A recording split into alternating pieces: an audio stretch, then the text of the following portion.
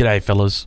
Earlier this year, Age of Empires 4 released a whole bunch of gameplay footage, but unfortunately I also released my face footage at the same time, so I probably should say it was a face reveal, which meant that there wasn't really a lot of focus on the gameplay that we were spotting on Age of Empires 4, so I actually have gone back and we're going to take a look right now at what actually happens in the Age of Empires 4 trailer, try and break it down as much and see what we can spot.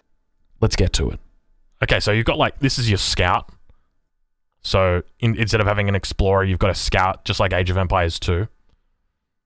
So that's the first thing. Scout is, you know, just a standard, like, it's a light cavalry unit. So just to start with, you can see, so this is the very beginning of the game. You've got the town center. I think that these are just aesthetics. I don't think that they're actually... I'm not sure if they're actual farms or not, but then you got the scout. You start with the 3 villages. Rewind a bit. Was that a ruin? No, that's a gold mine. That's what the gold ore looks like. All right, so then the first thing. So there's berry bushes just here. So you can see he's going to be building a mill for collecting the berries. This is the lumber camp going up here. For collecting the wood, so it's got the resource drop-off points like Age of Empires 2, and that's your gold mine right there. This is a relic. This isn't. People think this is a gold ore. This isn't. This is like a relic that you pick up with your monk, and it gets shown later in the video. Obviously, you've got the sheep as well. The sheep also kind of look like they're following the scout, and they're running at the exact same speed as the scout as well. So that's one thing to consider. So there might be some sort of like auto gather. Right, so you've obviously got the villagers gathering up from the berry bushes. And then now you've got, I think this is the first house going down. So you can see that the house is a little bit different. Like, it kind of looks like a long house. It's more elongated than a typical house. And then one of the interesting mechanics, so this is a completely new mechanic, not seen before in Age of Empires in the series at all. The scout is shooting a deer and collecting it. Now, actually, I say unseen, but in Age of Empires Online, your scout can actually kill hunts. So we have that mechanic, but you can see the scout in the north, or on the top of the screen, is pulling back a carcass and bringing it back to the mill. So, you know, I'm assuming the villagers are going to be able to gather it. Actually, if we take a look here, we can see that's a farm. So, potentially, you start off the game with farms. So... maybe these are like pre-built farms that occur around, like maybe you just get 5 farms around, 1, 2, 3, 4, 5, 6 farms around your town center automatically. I don't know. Like it seems that way, doesn't it? Oh, Age of Mythology has that? Oh, okay. I didn't realize Age of Mythology has that. I haven't played Age of Mythology. I've watched a little bit from Boyd, but I haven't actually played it. And then so... I don't know if that's a house as well. What is that? It looks aesthetically different to this. So it could be like... this could be like an Age 1 barracks. There's actually something in here. It kind of looks like chickens. Yeah, it kind of looks like a livestock pen. So now we've got the farms going up around the mill. I don't know if this building animation exists or if they've just put it in for the game, but I suspect it's actually in the game. Or rather for the video. And then, so I'm assuming that's a market over there. No, that's the gold, the mine, the collection point over for the gold as well as for the stone. Then more farms.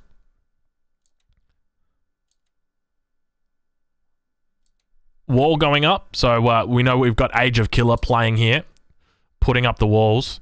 In Age 1, the walls are going up. It's got to be Age of Killer. We've got some buildings going up on the outside here, so probably some towers.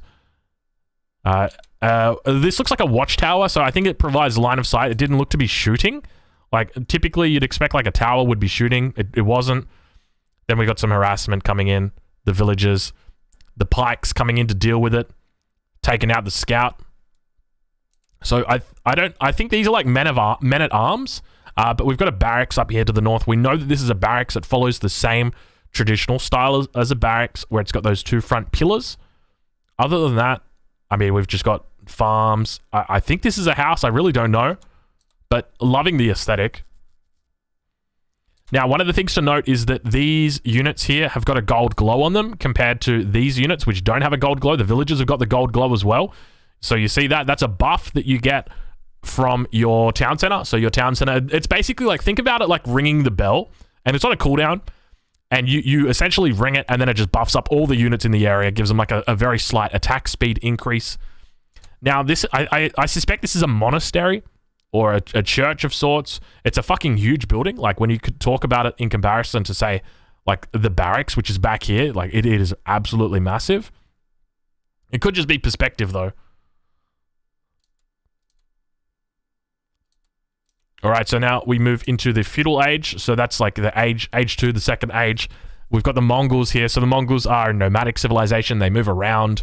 The town center here, I love the aesthetics, the difference in it. This is the barracks here. We can tell because it's got the same two structures, as well as what appears to be a livestock pen, but then this could be a livestock pen as well. I'm not too sure. I think the mechanics... Oh, no, that's not a livestock pen. The mechanics for this civ are different. I suspect... Look, okay, the gold miners are traveling to this, like this drop-off point, and the wood gatherers are traveling to the exact same type of drop-off point. So I suspect like these things aesthetically look the same to me. So I'm gonna go out on a limb here and say that all of the drop-off points for the Mongols are the same. So I would suspect that you could drop off food.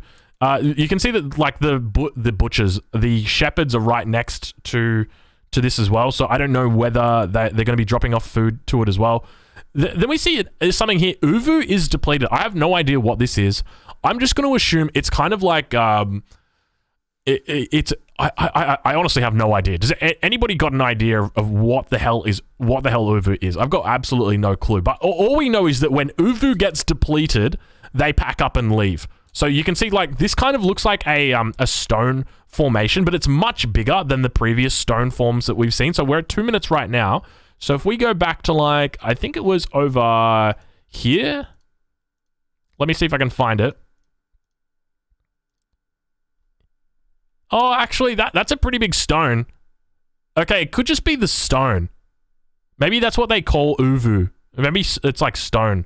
But you can see that like they scout out the new stone, and then they drop this thing down next to it. And then like obviously all their units, all their buildings pack up because they're nomadic. And they need to like keep that tradition rolling of being nomadic, so they bring everything. They don't bring the little the hut. This doesn't move, so that's kind of like telling me that like, you know, it's also interesting to note that it's got like the ground doesn't really blend in that well. And then this is the Uvu thing, right?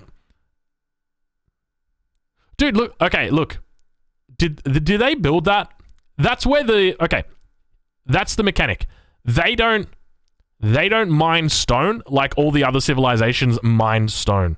Oh, here we go. Oh, Comrade Commissar saying Uvu is a magnificent bundle shrine, are sacred stone heaps used as altars or shrines in Mongolian folk religious practice and in the religion of other Mongolian people. They are usually made from rocks with wood.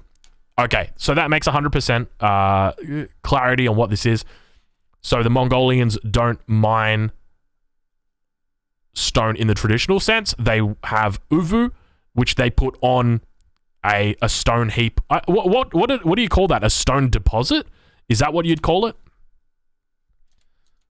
I think that's what you'd call it. So they'd have that. They obviously are mining gold in the same way that you would. The watchtower has been upgraded, so it's starting to shoot arrows now. There's also this little icon above buildings when they're on fire. So I think this is kind of like, what's the game? There's a few games that have got it basically like when your building is on fire, you must immediately repair it. If you don't, StarCraft, of course, StarCraft. So when you're playing the Terran, once your buildings get on fire at a certain point, they will burn and die unless you repair them. Like that is it. So I think it might be the same thing for this. Like when it says that it's on fire, it's like you have to put the fire out, and I suspect you just do that with villagers. Because like there's all those memes that you see. It's like there's a really good Age of Empires 2 meme. I'm not sure if I can find it, but essentially it goes on like this. Excuse me, sir, your house is on fire. And he's like, yeah, I know. I bought it this way. It's like It's that kind of thing. Like, the house has been on fire for fucking years.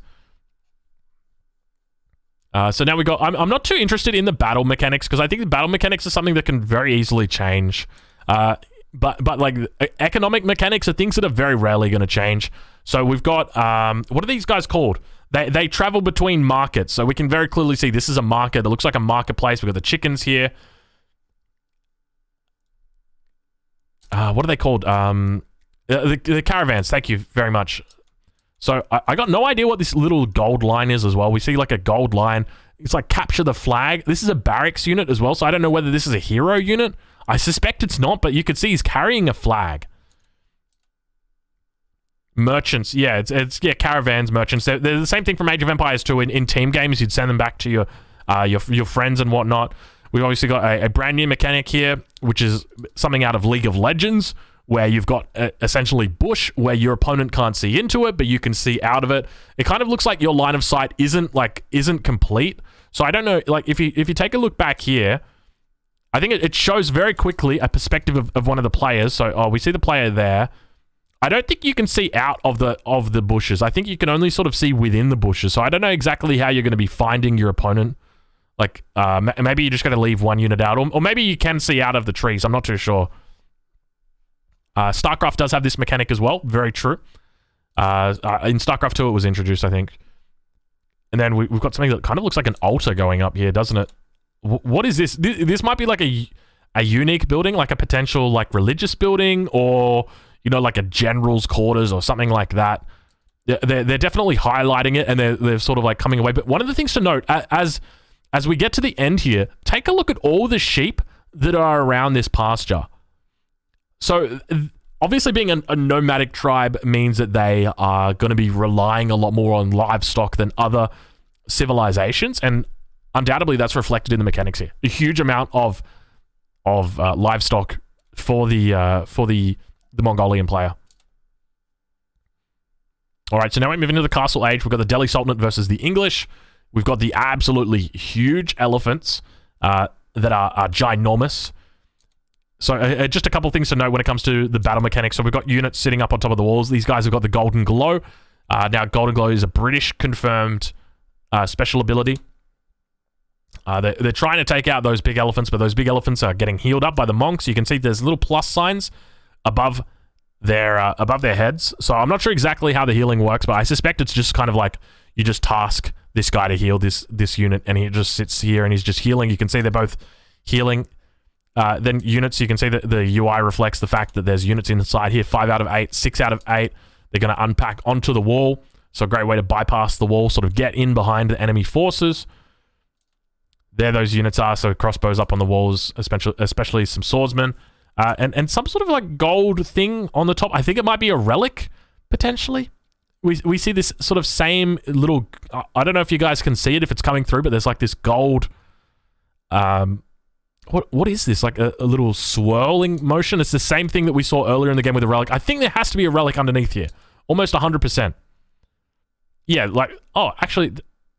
Maybe there's not. I don't know. Maybe it's just something else. It's signaling something else. Now, something to note. Okay, you guys are going to be watching when these elephants break through this wall. You're going to see them attacking. This isn't a castle. This is a crepost. It's much smaller than a castle. You want to know how I know that? Because there's a castle behind it, and that's a big boy. This is a crepost, so it's smaller. But people were like comparing this in a lot of the memes to like, look at the size of the elephants versus the castle, and it's like, well, that's not a castle. That's actually a crepost. So you can see like right here. Now, obviously they still look like ridiculously huge, but one of the things to consider is that is a crepost, that is a castle over there.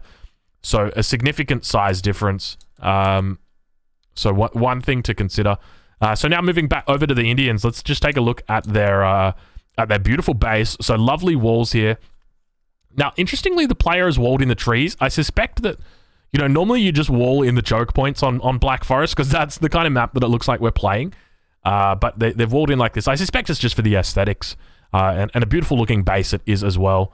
A lot going on. Not a lot of farms inside the walls. Probably going to be outside the walls. And now we've got... I think this might be a wonder. Does anybody recognize what this is? I know we've got Jas in the chat. Jas is quite good with recognizing stuff. Jas, I'm not sure if you're still here, but if you recognize this or if there's anybody else. Because I suspect this might be a wonder.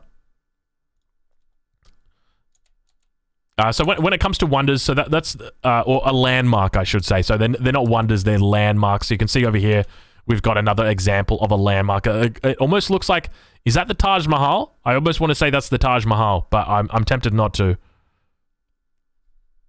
I'll throw it out there. It could be the Taj Mahal over here. All right, let's move into the Imperial Age, the Chinese versus the Mongols. And here we very clearly have a landmark in the middle. I think it's still under construction. It kind of looks like I will say it's definitely under construction. We see all the...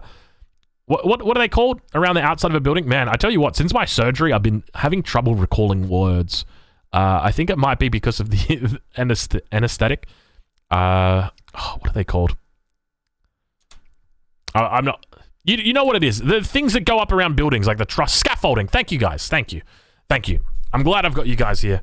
And then we've got some more units or more buildings that kind of look like wonders. Like these are large buildings. You got to remember that. Like this is a cavalry unit over here. This is a house. These are your building. Like these are huge, man. So I think that that's definitely a town center. You can tell because of the town bell in the middle. So that's one way to tell that it's a town center, even though like it kind of looks like at this point it doesn't even remotely look like a town center. It's because it's the Imperial Age and it's Chinese and they're unfamiliar buildings. And so here you go, cool mechanic, Chinese. I don't know if all the other civilizations have got this, but the Chinese definitely do. So they're able to like come up to this wall or to the town center, and they're creating coin or gold. Sorry, not coin.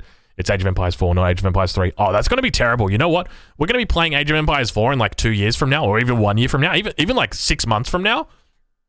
We're going to be calling it coin. It's going to be hard. So you can see the +6 gold. So there's some sort of mechanic where they're gathering gold. Other than that, I'm not too focused on the units. I'm mainly just focused on the infrastructure. Now, one of the things, I don't like the fact that these are unmanned. I know in Age of Empires 2 that they're unmanned, but it just seems so weird. Like, watching this, I think it's called a hwacha. I know that that's Korean, but I look at that and I just see a hwacha. Like, just watching it walk by itself, like, or roll over there, it just kind of looks a little bit silly. So hopefully there becomes a mod where it's like there's a mod that allows you to add just like a single dude that pushes this, or 2 dudes behind it that push it. Like, that would be great. They're called the Nest of Bees. Yeah, that's the one. That's the one. So now we've got a bit of a battle about to unfold. You can see the catapults at the back. They're looking handsome. They're looking beautiful. I love the way that the units are grouped up as well. You can see that they're running in somewhat freely. They're not in, like, obviously they're in a formation, but it's not a tight formation like you'd see in AoE 2 or Age of Empires 3. So hopefully you've got the ability to do that, because I tell you what, if there's one thing that frustrates me, it's selecting all my cavalry units and having these guys at the front that are so close to my enemies, slowing down. So now they're going to get hit by a second volley of crossbows. These guys at the back got to wait, or they're going to group up with the guys at the front. Just charge them all in, boys. Just get them all in there.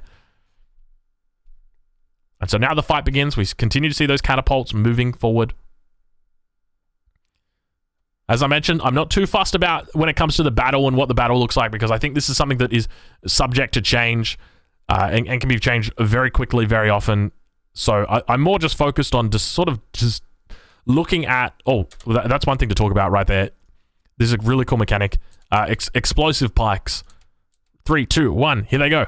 Boom, baby. Boom. Look at that. They take out 1, 2, 3, 4, all 5 of these. This guy... Oh, those guys also go down over there as well. I like that they've got different animations because they're up on the... They're not directly in front of the explosion. So they take out, like... Man, you could take out all of these. If you had, like, this guy attacking here, here, here, and here, you could get every single one of these guys. That's a huge AoE. We're going to just... It's just going to be, like, only explosive pikes. That's all it's going to be. So now the trebs are down. There's a little bit of an artifact here. I'm not sure if you guys can see it. Just watch for it. They shifted the camera or something. I don't know. It just doesn't look very good. And the frame rate is so low here. I don't know why. It's a 60 FPS video and it's down to like 14 frames. And then I guess one of the other things to discuss that probably hasn't been mentioned, this guy here, he shoots up that little firework into the air. The firework is going to buff up the units in the immediate area around it. Oh, another thing. We see in front of the archers, there are little sticks. These sticks are going to prevent any cavalry units from coming in.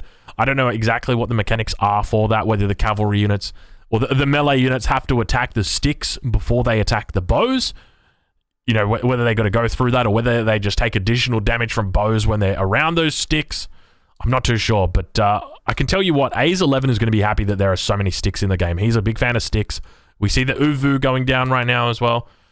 Big cannon down here, big boy cannon. Super duper big cannon. So it looks almost like a great bombard. You look at the size of that thing. So you're almost moving into Age of Empires 3 territory with this kind of gunpowder usage. And we have an AoE convert here from the monk with the relic. I'm not sure how or why this occurs, but it's obviously very powerful. Take a look at all the units that get turned over. That's like, it's everything within the AoE just immediately becomes red, turns around, starts fighting the blue things, or the blue units. So yeah, I'm incredibly excited for Age of Empires 4. I think there are a lot of cool mechanics in the game, and I'm looking forward to it.